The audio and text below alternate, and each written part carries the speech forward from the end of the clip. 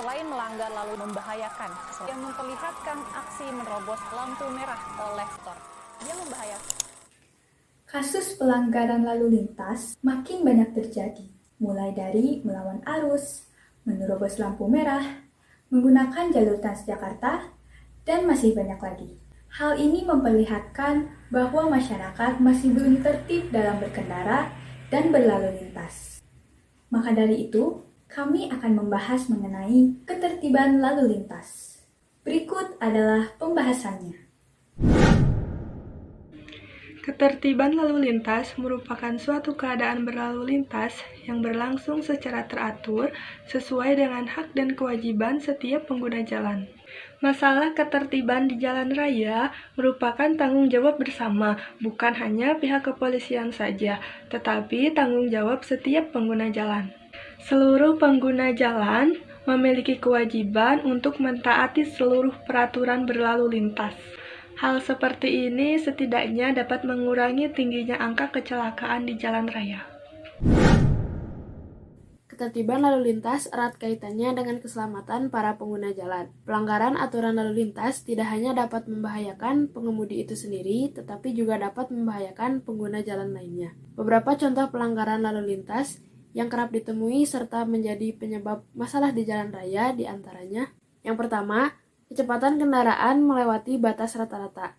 Dalam Undang-Undang Nomor 22 Tahun 2009, Pasal 21-23 telah ditentukan jenis-jenis jalan beserta batas kecepatan pada setiap jalan. Pada jalan bebas hambatan, dalam kondisi arus bebas, minimal kecepatan adalah 60 km per jam dengan maksimal kecepatan adalah 100 km per jam.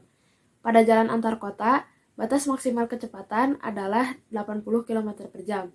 Pada jalan di kawasan perkotaan, batas maksimal kecepatan adalah 50 km per jam, dan pada jalan di kawasan permukiman, batas maksimal kecepatan adalah 30 km per jam. Yang kedua adalah melawan arus lalu lintas. Salah satu pelanggaran yang paling berpotensi menimbulkan bahaya di jalan raya adalah melawan arus lalu lintas. Selain menimbulkan kemacetan, pengemudi yang membawa kendaraannya melawan arus lalu lintas juga akan menyebabkan tabrakan dengan pengemudi yang berasal dari arah yang berlawanan. Yang ketiga adalah pelanggaran terhadap marka jalan, rambu-rambu maupun lampu lalu lintas.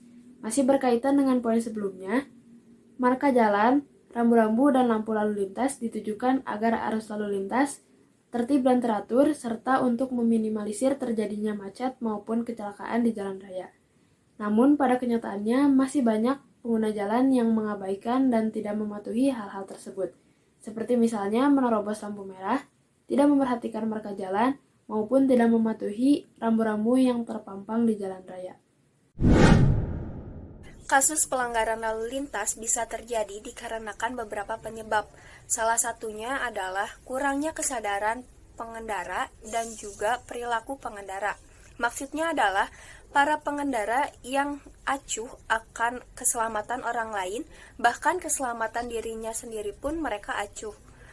Serta perilaku para pengendara yang akan hanya patuh jika ada petugas polisi.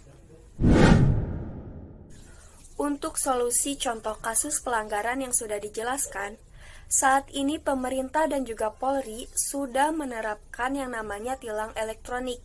Hal ini bertujuan untuk meminimalisir adanya oknum-oknum yang melakukan pemerasan saat melakukan penindakan pelanggar lalu lintas.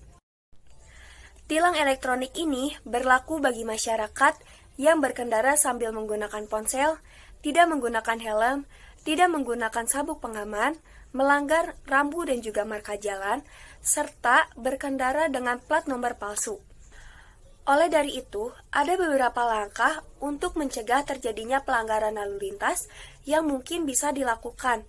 Yang pertama, masyarakat harus lebih sadar dan juga berinisiatif untuk mempelajari seperti apa peraturan-peraturan yang berada di lalu lintas, serta mengenal contoh dari pelanggaran lalu lintas. Yang kedua, pihak kepolisian mesti lebih rutin untuk melakukan patroli di daerah yang rawan pelanggaran lalu lintas. Hal yang dapat kita lakukan: 1. Mengecek keadaan kendaraan sebelum berpergian. Yang kedua, menggunakan perlengkapan berkendara seperti jaket, helm, dan sarung tangan. Yang ketiga adalah patuhi rambu lalu lintas yang ada dan berkendara dengan tenang. Ketertiban lalu lintas merupakan tanggung jawab bersama yang harus dipatuhi oleh semua pengguna jalan. Dengan melakukan hal ini, kita dapat menjaga keselamatan diri maupun orang lain, serta kita dapat ikut berkontribusi dalam menjaga ketertiban lalu lintas. Ingat, tertib dalam berkendara dan patuhi lalu lintas.